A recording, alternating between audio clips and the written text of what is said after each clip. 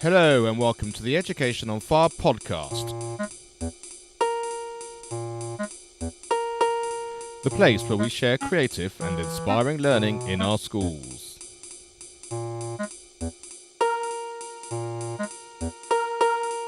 Season 4, Episode 51. Hello and welcome back to the Education on Fire podcast with me, Mark Taylor. Today I'm delighted to be joined by Anthony Kopus, who's the Head of Education Development for Out of the Arc. And I'm sure many of you will have an Out of the Arc publication or book or something, some type of music that you've been doing in your school. And so we're going to chat about some of those resources, but probably more importantly, some of the great projects which are coming up in the future and how the company's progressing. So thanks very much for joining me today. Thanks for having me along, Mark.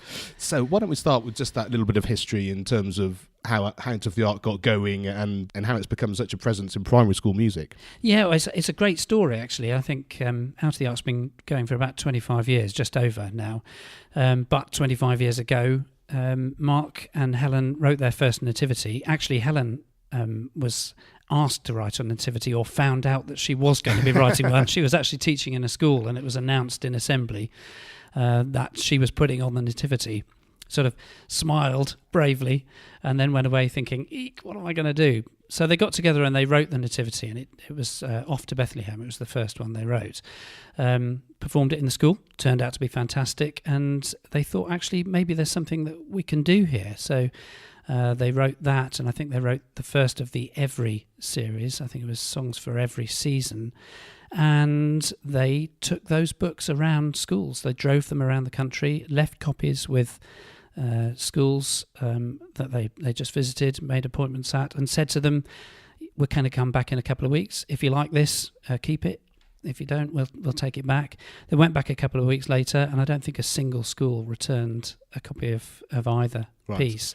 And so they thought, well, we're really onto something. So I think at that point they borrowed a bit of money, set up a little office under the stairs in their home, and Out of the Arc started there. Yeah, I really love those stories where, when these things start off, it literally is always, what can we do? It's driving around, it's making making an appointment with someone to literally show someone what it is that you've done and getting that feedback to see if it's worth progressing. And like say 25 years on and something like 50, I think it's 18,000 schools in the UK sort of have all these books and all these musicals going on. It's an amazing progression. Exactly. So I think there was a lot of courage and a lot of vision from Mark and Helen back in those 25 years ago. But as you say, now we're in 18,000 schools. They're using our products sort of really all the time. We have a great relationship with schools all over the country. And one of the things I love, I think, is that Every series, the Songs for Every series, is still really the jewel in the crown. That's kind of where it all really started, and it's still something that I'm sure many of your listeners will be really familiar with. It's difficult to find a school that doesn't know the Everys and have at least one copy. I think that's it, and I think one of the things that struck me, we were just chatting before we started recording, was from a listener's point of view, you would have heard me chatting to Carol Aviard a few episodes ago, and she said that Out of the Arc is her go-to resource for everything, whether it's seasonal based or theme based and that kind of thing. But it was, she sort of said it, there was a smile, there was a warmth, there was a kind of, this is my friend almost, rather than a resource. And you were saying that that's really the heart of where the company is and how it's grown. I think very much. I think the relationship that we have with our schools is the most important thing to us. I think Out of the Arc is a company with a really great ethos. I love working there. I love talking about it, and I love going out to meet people who use our stuff, because there's a real honesty in the relationship that we have with people, and that they pick that up. We talk about products, we talk about things they're doing, and there's a real warmth that comes from the teachers that we talk to, and actually from kids as well. You go and talk to kids, and some of these kids were doing songs maybe 20 years ago, and they still remember them. They still sing them, and they're still really fond of them. It's fantastic, really. And that's the key, isn't it? It's because they're written specifically with children in mind, and you were saying as well, because you have control of the whole project. You have people writing the songs, you have the recording, you have the making the publications. It's all done through Out of the Arc, so therefore it really is that sort of family feel. That's right. I think we're very careful about the songs that we choose to make sure that they're really fun. They're sorts of things that kids will want to sing. We're very careful about that. As you say, we have control over the recording process. I mean, every stage of it really is done in-house, and it all has that kind of out-of-the-arc stamp, out-of-the-arc voice, out-of-the-arc sound, out-of-the-arc feel. It's very much a company with a very central kind of ethos, and that comes through in all the stuff we produce, I think.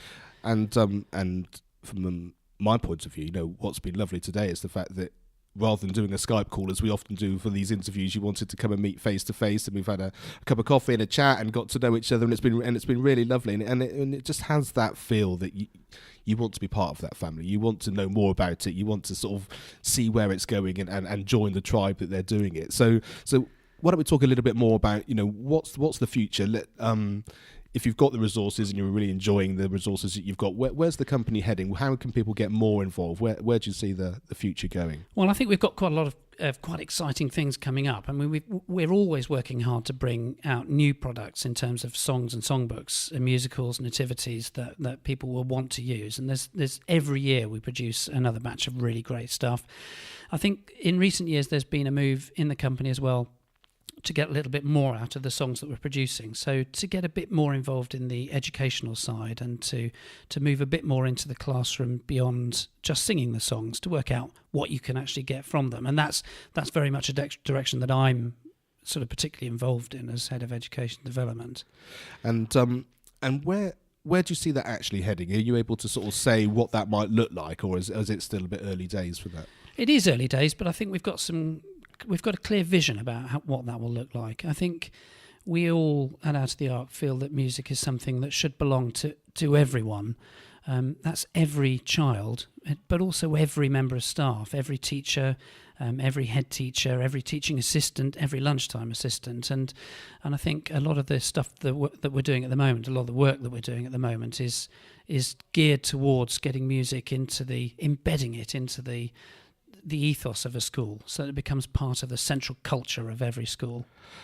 And I'm really keen in that, because I know as a musician and as an educator that there's something you feel about performing. There's something that I can even remember back to my primary school days, and that took me through into secondary school and then becoming a musician. And it's, if you can get children to understand what that feels like, and it just sparks something within them which just makes school feel differently as well. It's that wilder opportunity, isn't it? It's that whole child feeling that it's not just about learning to read and write, it's about you've learned to read and write because then you're able to read the lyrics of the song, or you're able to experience something beyond what those things are for. Exactly so. And I think going back to the Every series, I mean, we've done some really fantastic work with that, where we've relaunched the Every series that has been around and is much loved by schools across the country, but it's now being produced with in a new series where every single song now has a music activity that goes with it, so that any teacher, you don't need a musical background, you don't need to be musically expert to do this, but you can unpack that song to really bring a musically valid educational feel out of it, so you can get loads out of it.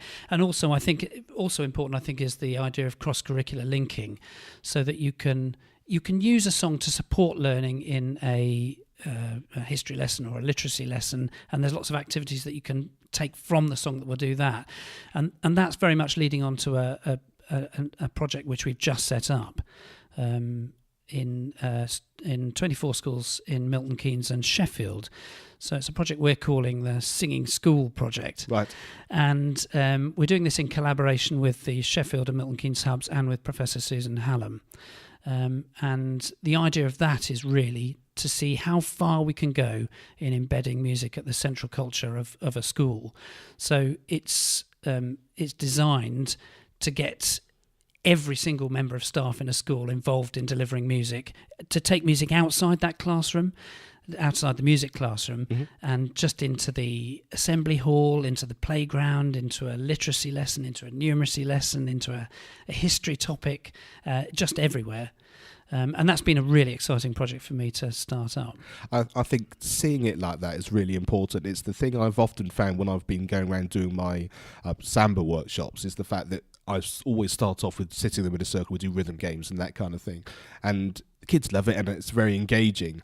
But because you have the option to change some of the content that you're doing, all of a sudden, rather than them saying their name or their favourite colour, we're talking about, well, can we count in twos? Can we do something related to a topic that you're doing? And then all of a sudden you see the teachers really understand that actually it is part of the same thing. It's not a question of now we need a music class or now we need the specialist music teacher to come and deliver it. Actually, it can be embedded right at the heart of what you're doing almost every day. Absolutely, and I think when we started the project, we started it with a CBD session that was delivered to all the members of staff of the schools that were taking part. So they all sent all their members of staff along. And we gave them a 3-hour session on just how they can use music for all sorts of different things. So to use music or songs as signal songs to get the kids to line up, or to list their lunchtime menus, right. All the way from that, all the way through to actually how you can music and how you can use music and songs to actually support learning in literacy and numeracy lessons, for example. There's a huge amount of research that shows that music is a very, very powerful tool in terms of supporting learning in those curricular areas. And we wanted to give teachers a bit of guidance about exactly how they could do that and which songs they could use. So we started off with that CPD session and delivered to all the staff from these schools, gave them a pile of great resources that they could take back, and really critically, and this is a big thing for us, we gave all those schools, all those teachers in the schools, complete unlimited access to every single song, every single resource in the Out of the Arc catalogue. Wow. And they've got that for a year. That's everything they've got. Yeah. So they really have everything at their fingertips. They can literally go with whatever they feel is the way forward for them. Yeah, we've given them some starting points and some suggestions as to things they can use, but after that they're free to completely explore, and they've got access to the lot. And we're 7 weeks into that programme now, and I did a support visit to some of the schools in Milton Keynes a couple of weeks ago, and it was absolutely fantastic. Brilliant. It's great when you really see it coming through, isn't it? You know, you have these ideas, but to actually be able to see it start to come to life is when you really realise you're onto something. Absolutely. I mean, just going into some of these schools and seeing the kids that were singing and the stuff that they were doing and using songs in so many different ways to achieve so many different things, and the happiness and joy and excitement on their faces that you can see was a real pleasure for me. It was an extraordinary thing. And it's a really important part of what you do, the fact that you listen to schools and you understand what schools need. Because one of the things that I've sort of taken away from my understanding and my coming into knowing about Out of the Arc is the fact that everything and all the resources seem to be just what they need. You know, it's about a resource is about the seasons, or everything you can do with assemblies, everything you can do, like you say, with the nativity and that kind of thing. It's all the things that schools are really looking for and need support with, and then you've managed to come up with something which just feels exactly what they need. Yeah, I mean, we are really, really careful to listen to schools and what they're telling us, what they want and what they need, and we think very, very, that's probably the longest part of the process actually, is just thinking about what we need to give them, what they want, how we can best support music and singing and teachers and children. And I think that's an incredibly important part of what we do. Yeah. So, I mean, even this project that we're doing for us is very much a learning experience. You know, what works, what doesn't work, what could we do better, what do we need to do different, all that sort of stuff. Yeah. And what I really love about that is the fact that that's the epitome of how I think education should be. It's that excitement about, we're going to try this, we think this is a good idea, we'll see what we learn. It might work, it might not work, we might adapt it, we might do it slightly differently, we'll listen to what you think and come back. And that just sense of excitement about what is possible, and this is where we are now, but it might not be where we are next year or the year after, because it would have changed and you would have told us something different, and we'll organically move like that. And it seems like that's how Out of the Arc is progressed. It started, like you say, from that kind of, can you do a nativity for us, or you will do a nativity for us, to kind of, you know, like you say, all these different projects and all those different resources. Yeah, and Out of the Arc is a genuinely really dynamic place to work. You know, it's always an exciting place to be. We're always doing different stuff. We're always working so hard to make things right, and just the ethos of the whole company all the way through is just makes it a fabulous place to be and to work and to do stuff. And tell me a little bit about how all these resources come together. You have people that actually submit ideas and songs and things that they'd like you to produce, and as well as the people you've got on staff that actually help run the company as well. Yeah, so I think like most publishers, we get a lot of people submitting material, and we get some really great stuff. Last year we had a nativity sent to us by a new writer that we'd never used before, and it was exactly what we were looking for at the time. And we produced it, published it, and it did very well last year, and lots of schools enjoyed putting it on. But it is important to us that what we take on and what we produce absolutely fits our company ethos, that they all fit exactly what we're trying to do. So we're very, very careful about the songs that we take on and the songs that we commission from writers. But once they're there, we've got a fantastic team who arrange the music, who then record it. We've got a lovely choir that's involved in doing all the backing tracks and recording those for us. Some fabulous designers that produce, those out-of-the-art covers and things that so many people will be familiar with. Yeah, they are. They're beautiful, aren't they? I love them. So that whole thing is very much in-house. It's very much taken care of, and we're very careful about the whole product. We really care about it from the very first submission to the finished cover and recordings when they go out. Yeah, and so how did you find your way into the organisation? You were saying before you've been working for them about 3 years or so. So what's your journey and your way in? Yeah, so I've been working full time for Out of the Ark for about 3 years, but actually I started as a writer myself. I was asked to write a nativity by a local primary school, right. And a bit like Helen 25 years ago, thought eek, and then thought, well, all right, I'll give it a go. My sister actually is a very well-known poet, so I thought, well, if I get her to do the words and I just do the music, that's not going to be so bad. So we did it, and the school put it on, and we thought it was good, and they seemed to enjoy it, so we sent it in, and Out of the Ark got back in touch with us a couple of months later and said, yeah, we'd like to put it on. So that's how I started, and since then I've written quite a lot of stuff for Out of the Ark, songs and nativities. I've written quite a lot of shows for them. And then about 3 years ago, they asked me to just go and fill in some editorial work for them. So I did that on a part-time basis, and about a year later, they offered me the job that I've got now. So. And I think what's really important to feel about that is that it's you having a really in-depth knowledge of exactly the whole process. You know, as a writer, you understand what's needed from an education point of view in your education background. You understand how that's needed in your professional musical background, understanding the recording process and what we can give to children on those different levels, and being integral to the organisation and having all that experience. I think, just as you say, the ethos comes through in all of those things. I think so, and I think it's been fascinating for me to see how all the different bits of my musical career background has sort of come together in my job at Out of the Ark. As you say, I was a professional musician for a while. I was a teacher for many, many years, and then wrote songs, and bringing all those bits. Out of the Ark, for me, seems to feel like it's just pulled all those strands together, and I feel like I'm where I belong, where I should have been now. Yeah. And I think what for me is, as you will know from listening to the previous podcasts, it's all about the inspiration. It's all about lighting the fire. And I think you can't do that by creating resources. The resources are kind of the tools which do it, but it is actually the feeling of everyone involved in something or a project or the resources that have been done, which actually then enables that to come almost through the material and actually affect the children in a way that you can't do it in any other way. Yeah, I think that idea of inspiration, as you say, lighting a spark, is really written into the DNA of Out of the Ark. That is exactly what we do, and everything that we do is aimed with that goal in mind. Everything. Yeah.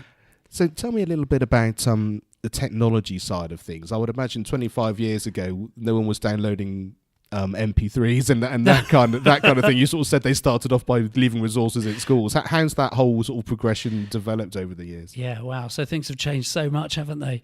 I think when those first books were produced, they were just done on tapes, I think. They probably just left cassettes at schools, I think. And then we went through the CD era, and we still produce books and CDs, of course. They're a very important part of the way that we deliver stuff. But more recently, we've been developing software that allows teachers to deliver songs in a much more effective way.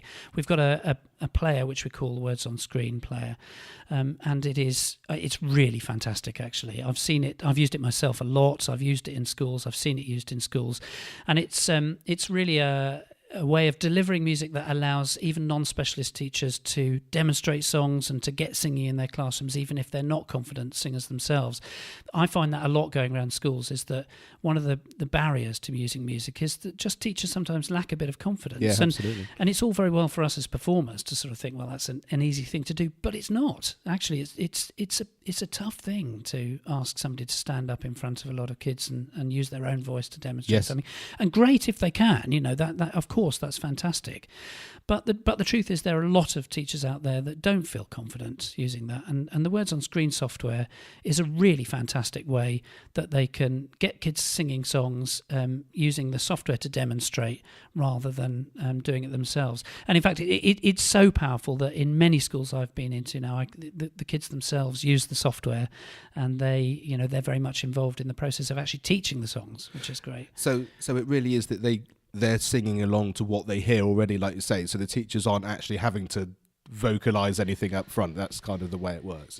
That's the way it can work. I mean, obviously, if a teacher is confident in vocalizing it themselves, then that's great, and I think we'd all agree that that's probably the best way to do it. But if they're not, the software will allow them to play a song to demonstrate. And even one of the features I love about it is that they can, for example, double click on a line, and that will just play that line, right. And that allows the kids then to model that back. So you've got that idea of modeling and echoing, which is such an important part of learning oral songs anyway. And it makes that very, very easy for anyone to use. Yeah, and it's that understanding of actually what is it that we need now.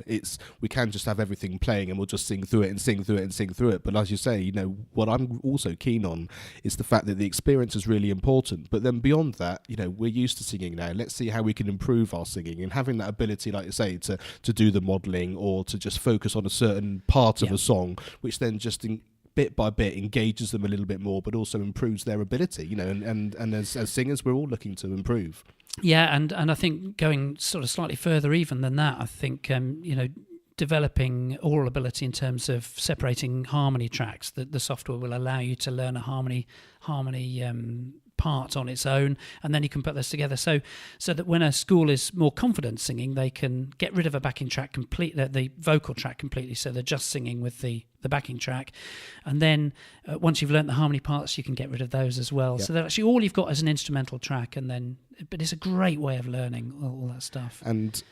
And what I really like is the fact that no matter where you are on your journey, so if you're a school thinking, right, we want to introduce music into our schools, where a lot of them are now with the funding cuts and lots of turnover of staff, you can literally start with all the support that you need. And as you progress through and your children get better at singing and you get more proficient at your teaching and all of that sort of thing, like you say, it just takes you every step of the way rather than having to reinvent the wheel or get different resources. It's all there on tap in one particular... Yeah, absolutely. I think, as you say, it will take you from the very beginning, from somebody who the class has never sung before and they're not very confident. It'll be perfect for them, but equally, if you wanted to use it in a concert to put on some really sophisticated songs, it would be perfect for that as well. The whole journey is covered by that. Brilliant. And the UK listeners will almost everybody will have heard of Out of the Ark and actually have some resources in their classroom, I'm absolutely sure.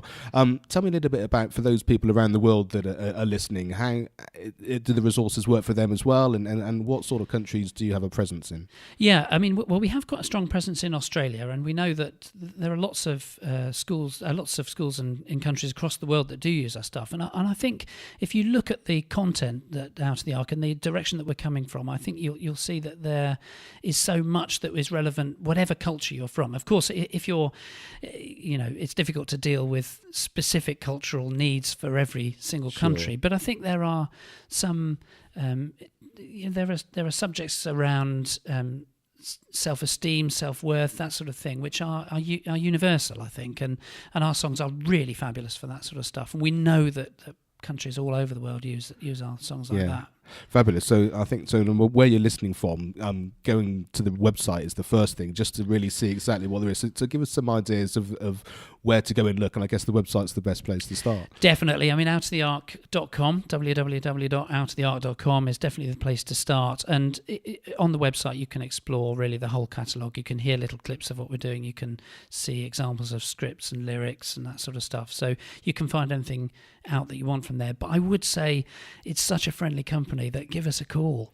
You know, we've got a great team of people that really know what we do. They know the catalogue that we've got to offer. So if you've got any questions or you've got any queries, anything you want to know, just give us a ring. I really like that, and it's always that support. I always find that it's, you know, something comes through the post or you download some material and you're really excited about it because you've seen how it can work online, and then it's that kind of, okay, here I am about to deliver it and on my first step. And sometimes it is just a phone call, it is just an email, or it is just something to say, I just need that little bit of hand holding to get going. And it sounds like that really is an important part of what you do. Absolutely. I think the support that we offer is really important to us, and we're pretty good at it, I think. I think that's we're right. A friendly bunch. Absolutely.